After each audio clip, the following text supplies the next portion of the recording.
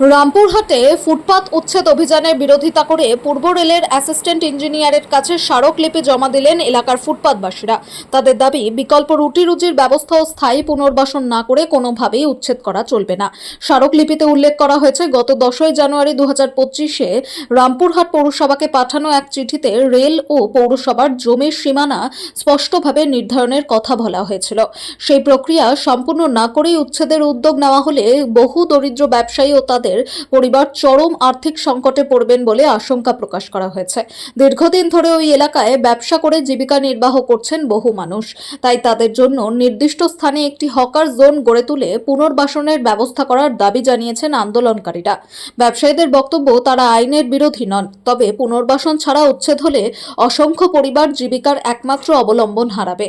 তাই রেল কর্তৃপক্ষ ও পৌরসভার যৌথ উদ্যোগে দ্রুত বিকল্প ব্যবস্থা গ্রহণের দাবি জানানো হয়েছে। একই সঙ্গে উচ্ছেদকে কেন্দ্র করে যাতে আইন শৃঙ্খলার অবনতি না ঘটে এবং দরিদ্র ব্যবসায়ীদের জীবিকা সুরক্ষিত থাকে, সেই বিষয়ে প্রশাসনের ইতিবাচক পদক্ষেপের প্রত্যাশাও ব্যক্ত করেছেন তারা।